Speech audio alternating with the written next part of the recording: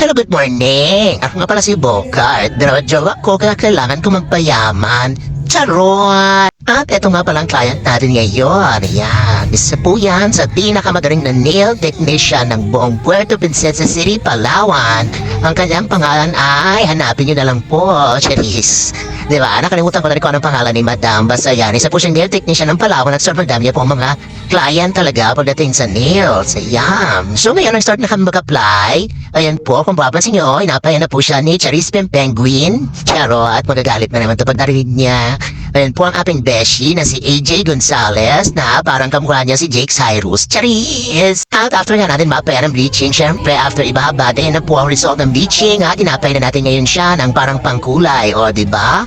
Parang sarap-sarap tingnan ng kulay niya, parang bubble gum ang kanyang hair. O, diba? Ay, sampi! Charot! Kayo naman, masyado pa yung judgmental. O, diba?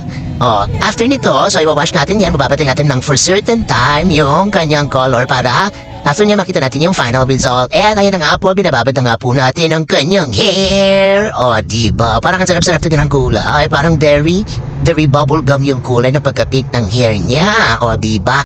Tatay na nga yung kanyang final result. O, diba? Napansin niya ba si Bumblebee? Charot. O, diba? Ayan, ang ganda-ganda talaga ng kulay niya. Sobrang nakakagutom tingnan yung kulay niya, guys.